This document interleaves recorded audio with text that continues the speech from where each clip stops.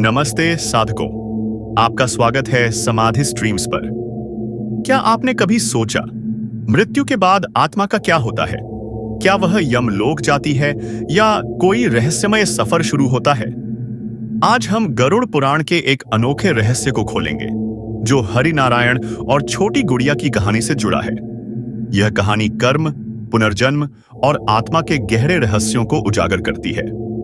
तो चलो शुरू करते हैं। नमस्ते दोस्तों, समाधि स्ट्रीम्स में आपका फिर से स्वागत है।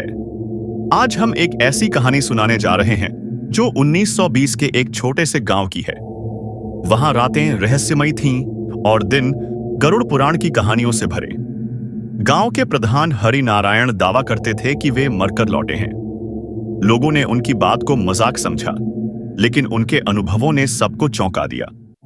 क्या आप जानते हैं, मृत्यु के बाद आत्मा को सबसे पहले यमराज नहीं मिलते, बल्कि एक चमकदार प्राणी, जिसे ज्ञानेश्वर मशीन कहते हैं, कर्मों का हिसाब करता है। यह कहानी, जो गरुड़ पुराण से प्रेरित है, हमें बताती है कि हमारे कर्म ही हमारी आत्मा की दिशा तय करते हैं। इस कहानी में हरि नारायण और 7 साल की गुड़िया के अनुभव हमें आत्मा, कर्म और पुनर्जन्म का गहरा अर्थ समझाते हैं। तैयार हैं इस रहस्यमय सफर के लिए? तो आइए पहला पड़ाव शुरू करते हैं। हरि नारायण की कहानी शुरू होती है उनकी मृत्यु के बाद।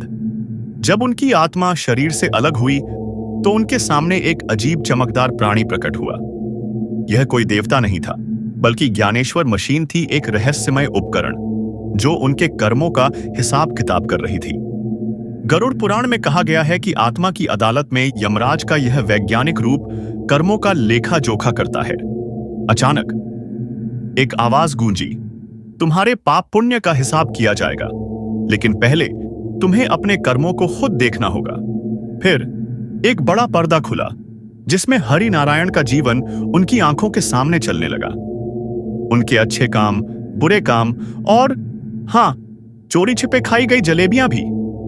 हरि नारायण हंसी और शर्म के बीच फंस गए, लेकिन तभी पर्दे पर उनकी सबसे बड़ी गलती दिखाई दी।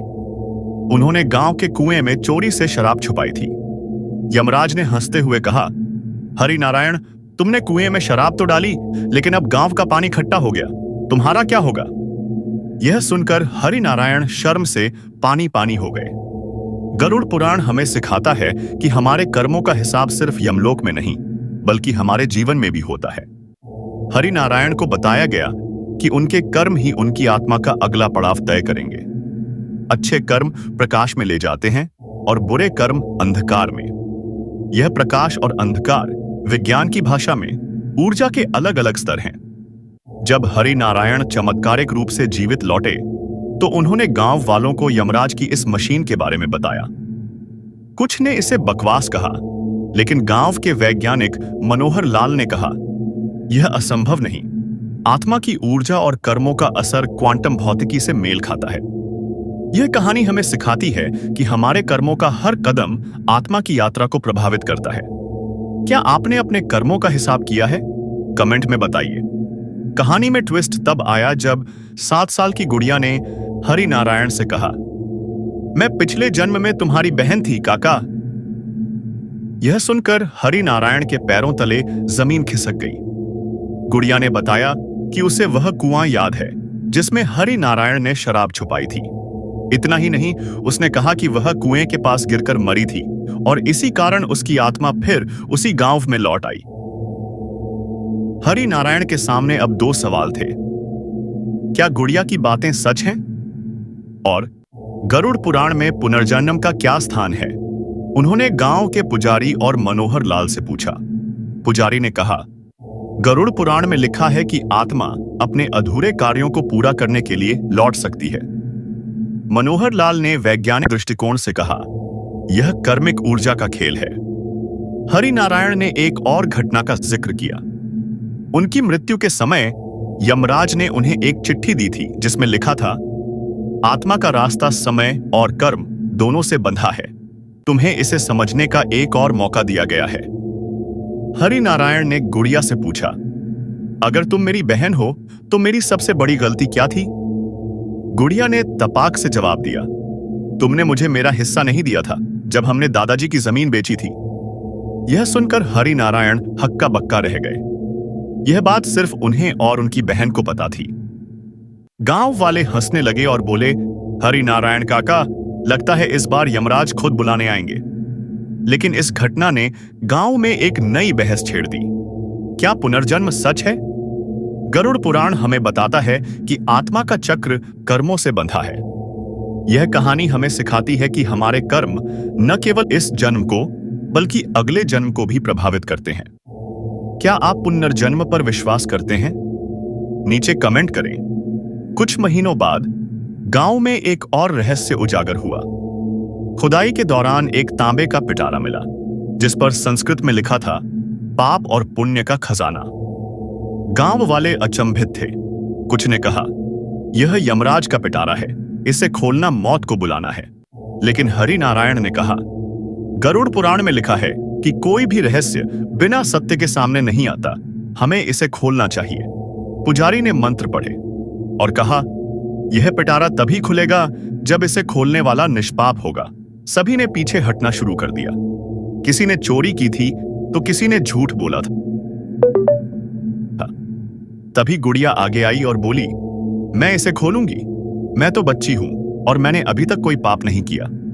जैसे ही गुड़िया ने पिटारे को छुआ, ताला खुद ब खुद खुल गया। लेकिन पिटारे में सोना चांदी नहीं, बल्कि एक कागज का टुकड़ा था, जिस पर लिखा था, पाप और पुण्य तुम्हारे कर्मों के बही खाते हैं। यह खजाना केवल उन लोगों के लिए है जो अपने कर्मों को सुधारने का साहस रखते हैं। पिटारे में एक दर्पण भी था। जब कोई उसमें झांकता तो उसे अपने जीवन के सभी अच्छे और बुरे कर्म नजर आते। हरि नारायण ने दर्पण में देखा और चौंक गए। उन्होंने कहा, यह तो वही ज्ञानेश्वर मशीन है जो मैंने यमलोक में देखी थी। इस घटना के बाद गांव में बड़ा बदलाव आया। लोग दिन के अंत में अपने कर्मों का हिसाब करने लगे। बच्चों ने इसे खेल बना लिया और बड़े इसे आत्म सुधार का साधन मानने लगे। गुड़िया ने मजेदार सलाह दी, अगर तुमने अच्छा काम किया तो मैं तुम्हें आइसक्रीम दूंगी, और अगर बुरा काम किया तो तुम्हें मेरे सारे काम करने पड़ेंगे। यह सुनकर सभी हंस पड़े। गरुड़ पुराण हमें सिखाता है कि आत्म सुधार ही सच्चा खजाना है। आप अपने कर्मों को कैसे सुधारते हैं? कमेंट में शेयर करें। कहानी यहीं खत्म नहीं होती। एक दिन गांव के जंगल में एक लकड़हारे ने एक अजीब पेड़ खोजा। उसकी शाखाओं पर पत्तों के बजाय सुनहरी रोशनी चमक रही थी। हरि नारायण और गुड़िया उस पेड़ को देखने पहुंचे। जैसे ही गुड़िया ने पेड़ के पास कदम रखा, एक मधुर आवाज गूंजी, मैं जीवन वृक्ष हूं। जो मेरी छाया में आएगा उसे अपने जीवन के सबसे बड़े सवाल का उत्तर मिलेगा। लेकिन हर उत्तर के साथ एक नई चुनौती भी आएगी। पहला सवाल था, जीवन का सबसे बड़ा उद्देश्य क्या है? गुड़िया ने जवाब दिया, दूसरों के लिए जीना और अपने कर्म सुधारना। हरि नारायण ने कहा, आत्मा को शुद्ध करना और मोक्ष प्राप्त करना। पेड़ ने कहा, तुम दोनों सही हो, लेकिन जीवन का उद्देश्य है दूसरों की भलाई करते हुए खुद को भी पहचानना। फिर पेड़ की शाखाओं ने आकाश की ओर इशारा किया और एक बड़ा दर्पण हवा में प्रकट हुआ। उसमें गांव के हर व्यक्ति के कर्म दिखने लगे। कुछ ने अपने पाप देखे तो कुछ ने अपने पुण्य। हरि नारायण ने कहा, सत्य को स्वीकार करना सबसे बड़ा साहस है। दूसरा सवाल था, मृत्यु का वास्तविक अर्थ क्या है? गुड़िया ने कहा, मृत्यु जीवन का अंत नहीं बल्कि आत्मा की नई यात्रा की शुरुआत है। हरि नारायण ने जोड़ा, मृत्यु हमारे कर्मों का हिसाब किताब है। पेड़ ने कहा, जो मृत्यु को समझ लेता है वही जीवन को सही मायने में जीता है। तीसरा सवाल था, आत्मा का अंतिम पड़ाव क्या है? गुड़िया ने जवाब दिया, जब आत्मा खुद को जान लेती है। हरि नारायण ने कहा, यह मोक्ष का क्षण है। पेड़ ने कहा, आत्मा का अंतिम पड़ाव अपनी पूर्णता को पहचानना है। जीवन वृक्ष ने गांव वालों को सिखाया कि कर्म, समय और आत्मा का गहरा संबंध है। यह कहानी हमें प्रेरित करती है कि हम अपने कर्मों को सुधारें और जीवन को सत्य के साथ जिएं। आप जीवन वृक्ष से क्या सीखेंगे? कमेंट में बताइए।